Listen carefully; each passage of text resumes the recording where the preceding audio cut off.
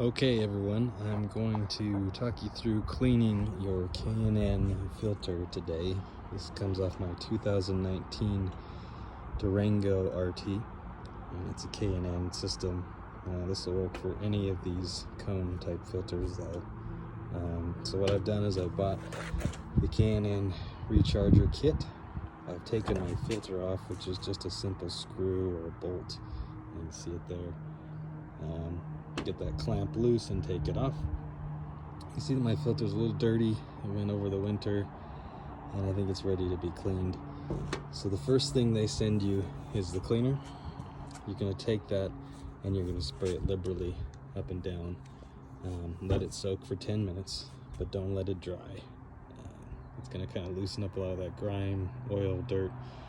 After that, take your hose and spray from the inside out to clean off a lot of that grime.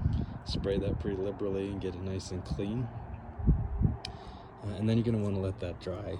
I usually let that dry for several hours depending on the temperature. Today it's a little cold, so I may even leave this off overnight and let it dry.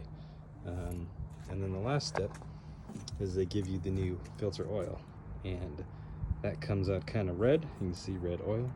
Spray that pretty nicely on there, nice even coat down all the blades, going on each side of the blade so you get a nice even coat, and let that dry. And when you're done, look for areas where you might need some touch up, so you've got an even coat of oil on there. And at that point you're done. Your filter is nice and cleaned up and ready to be put back on the car, back into service. I hope this was helpful. If you have questions or comments, please let me know. And most of all, please like and subscribe if this was helpful to you. It really helps me out.